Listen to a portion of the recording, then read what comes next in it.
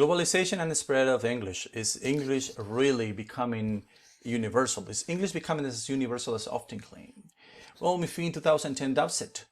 And he says that worldwide globalization of English is attributed to ESL and EFL, English as a second language and foreign language, in schools and around the world.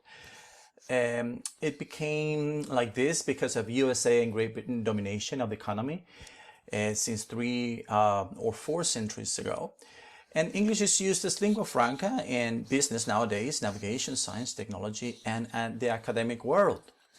And due to this, what are the pros? So how it all started to expand? Well, we have some titles. We have that students went into exchange programs, foreign exchange programs. High demand, there's a high demand for language instructors, especially native speakers. And there is a high need for criteria and norm reference tests, such as TOEFL and IELTS.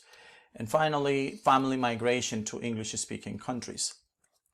To expand a little bit more of this, well, we are in the new home and all on the old home. So we're all traveling to have life expectations and to better off our lives. So there was a high demand back before, and there's still high demand for native speakers as English for first-hand language interaction.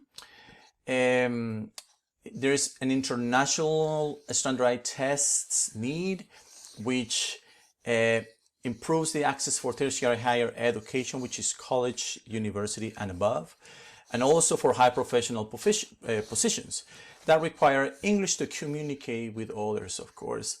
This is only a small portion. And students' exchange programs would improve the competence through complete cultural and English language immersions.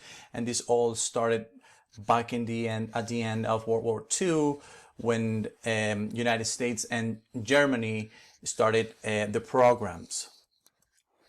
Then finally is the family migration to English-speaking countries, the American dream. Everyone has ever dreamed of improving their life circumstances, and so families think that by doing this, the children can acquire the language faster and have better life opportunities for the new generations. And in the map, we can see that the English-speaking countries in Europe, where over 370 million Europeans can hold a conversation in English. It's pretty good. So what are the cons? The cons are the opportunities for English are using the English language are only constrained to only urban circles for white-collar jobs, and a small portion of the job market uses it.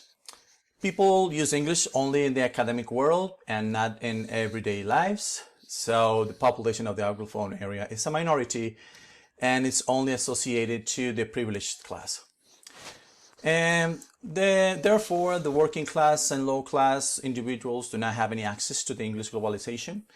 English is not spreading uniformly, therefore, everywhere, because it is mostly in the academic world, and the general population does not have access to it. And so the spread of English is constrained to inequities of socioeconomic structure.